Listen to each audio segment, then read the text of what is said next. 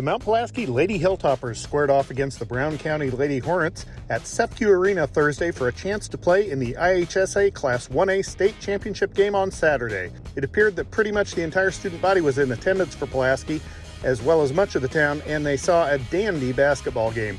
Early on, Mount Pulaski was down by a basket, but Elena Martin wipes that deficit away as she hits the three-pointer. That gives the Lady Toppers a 6-5 lead. Next, it's Addie Brown. She drains the three ball from the other side of the court, and just like Dolly Parton sang, the back-to-back trays put Pulaski up 9-5. But Brown County won 31 games to get to the semifinal game, so they know how to put the ball in the basket. Here it's Hope Ingram knocking down a three-pointer to cut the Pulaski lead to 9-8. Then, just like the old TV sitcom, it's Murphy Brown as Allison Murphy gets the ball to Addie Brown just seconds before the end of the first quarter, and she launches the three-pointer before time expires, and it's good. You can see the ball is well out of her hand, and then while it's in the air, the red lights around the backboard illuminate at the end of the quarter. That puts the Lady Toppers up 12-8 heading into quarter number 2.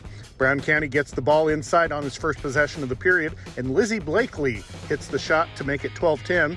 Then BC runs a nice inbounds play to get the ball inside as Hope Ingram gets the nice feed from Kenzie Cassing. That makes it 12-all. The Lady Hornets trail 14-13 when they use their height advantage on the offensive boards. A couple shots don't fall before it's Jamie Lair with the basket. That puts Brown County up 15-14. BC outscored Pulaski 7-2 in the second quarter to this point, but Elena Martin gets the Lady Toppers back on track with a three-pointer. Pulaski retakes the lead 17-15. Later in the quarter, Allison Murphy grabs the long rebound and pushes the pace. She doesn't hit the layup, but Elena Martin is there to clean up. Her basket puts Pulaski up 19-15. Pulaski was outsized again in this game, but just like in their super sectional win over Edwards County, the Lady Toppers showed their scrappiness could overcome a size disadvantage. Here it's Elena Martin showing that tenacity as BC tries to recover a loose ball, but Martin throws herself on the floor to fight for possession. Eventually, the Lady Hornets knock it away, but it goes out of bounds, so the Lady Toppers wind up with the possession.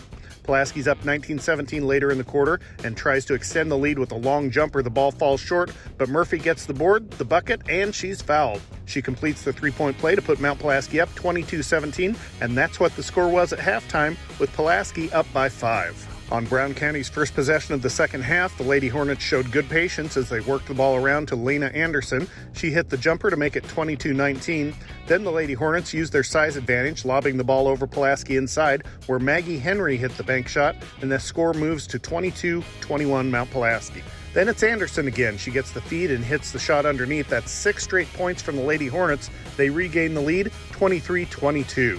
Audrey Cooper breaks that streak as she drives the ball down the lane for a layup, and the Lady Toppers retake the lead 24-23, but Brown County hung on with the Lady Toppers. Here's Kenzie Cassing driving and hitting the shot. That gives BC a 1-point lead at 25-24, but Pulaski goes on a 9-0 run.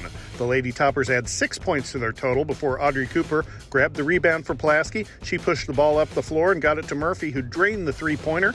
That puts Pulaski up by 8. That kept the scoring in the period as Pulaski led 33-26 going into the final period.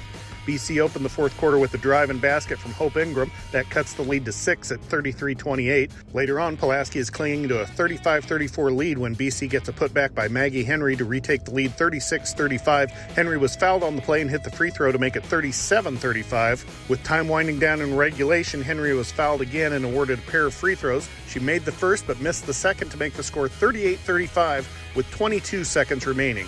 On the missed free throw, Elena Martin corralled the rebound, bringing the ball down court before she found Allison Murphy near the left corner. Murphy launched a three-pointer that drained through the rim and net, making the score 38-all. That's where the score remained through regulation, so we are going to overtime. In the extra frame, the Lady Toppers worked the ball around and eventually found Audrey Cooper on the left side of the floor. She shot and nailed the three-pointer for Pulaski as the Lady Toppers went up 41-38. A minute later, Olivia Smith gets the ball underneath, but she starts to fall to the floor. She finds Addie Brown, however, for a basket. That increases the Pulaski lead to 43-38. Brown County got a couple free throws to go down to make it 43-40, but that is all the offense they could muster in overtime. Meanwhile, Pulaski went 4 for 4 from the free throw line in the last 36 seconds, and the Lady Toppers advance to the championship game as they hold on to beat Brown County 47-40. After the game, head coach Ryan McVickers said that although his team had a disadvantage in height, their tenacity and grit in battling their opponents got his team to the championship game. Yeah, I mean, I thought they kind of really took advantage of their size early on, and then just kind of like what we did against Edwards County, we had to kind of feel their size a little bit, but then once we got it figured out, like I said, these girls, they battle. And then, I mean, we do box out drills, we do all that stuff. So coming in, we knew what to do. It was just, can we execute that game plan? And like I said, it takes a little while to adjust to their size, but these girls, they're warriors, and they're always going to battle. They're not backing down from anybody.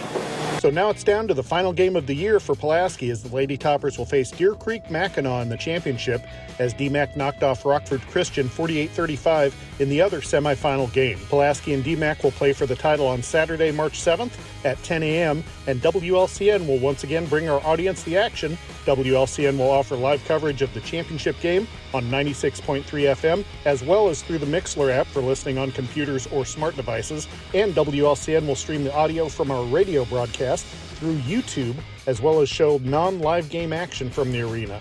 Live video streaming of the game is not allowed by the IHSA.